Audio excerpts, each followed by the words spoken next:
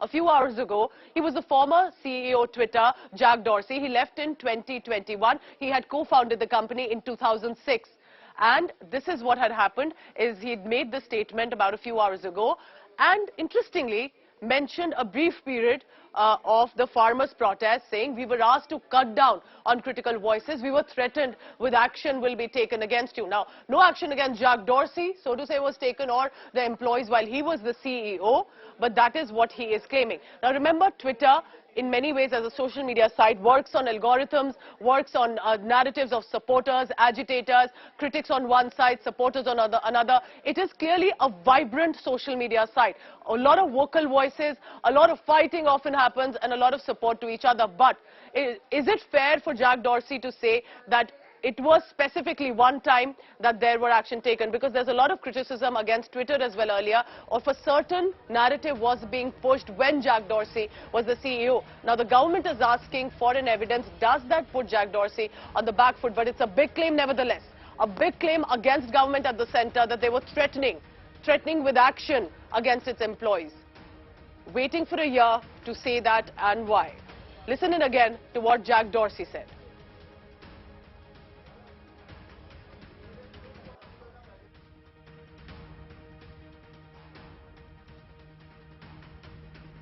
India, for example. India is a country that had many requests of us around the farmers' protest, around particular journalists that were critical of the government, and it manifested in ways such as we will shut Twitter down in India, which is a very large market for us.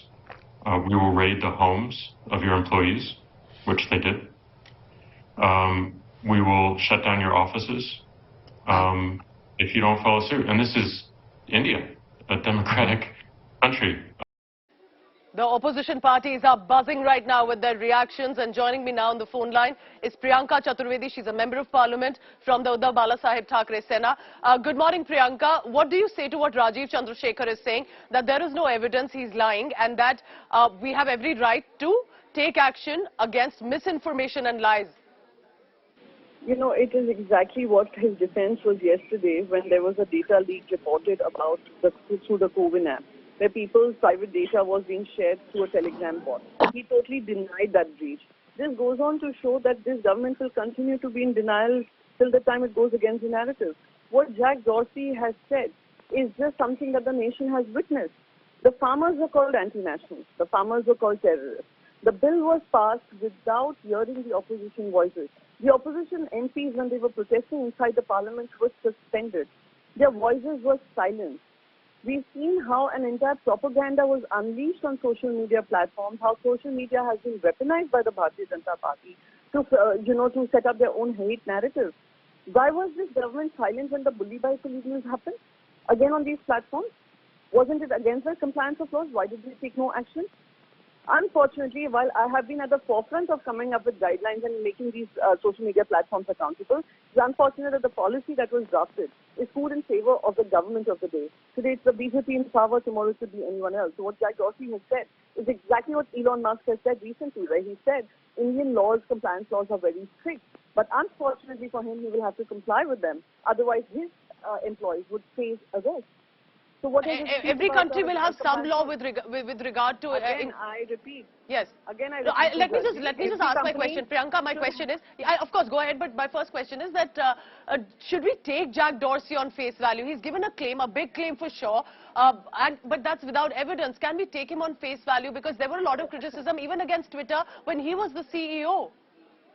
Now I will repeat to you, and yes. I will again tell you that I said this in my opening comment, that I was the first one to write a letter to Ravi Shankar Prasad ji when he was the IT minister at that point in time, that while India is a big market for these platforms don't comply on the basis of geographical laws that prevail in this nation. We need to come up with a policy.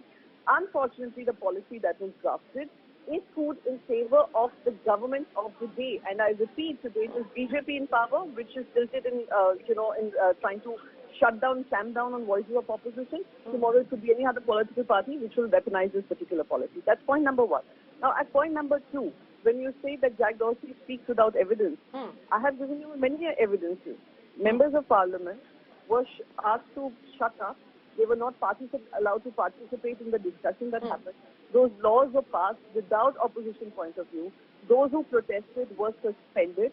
These farmers were called, and you all have covered that extensively, these farmers were called terrorists. These farmers were lathi charged. These farmers had water cannons at them. These farmers had Delhi police trash them. These farmers have protested for months on end, finally humbling this government to take back those black laws. And are you still asking for evidence? And are we not aware that Twitter offices were raided? Twitter officer employees, pregnant women employees were called and made to stand for hours to explain to IND ministry what was happening. Why do you think, Priyanka, this claim of Jack Dorsey puts the government at the center, in the dock, and their defense is not enough? No, because they will continue to defend all the wrongdoing. Unfortunately, this government refuses to listen to the voice of the opposition. I think my demanding, I was among the first opposition MPs saying that there should be compliance of laws. But unfortunately, the laws that were framed were skewed in the favor of the government, where it became more authoritarian than ever.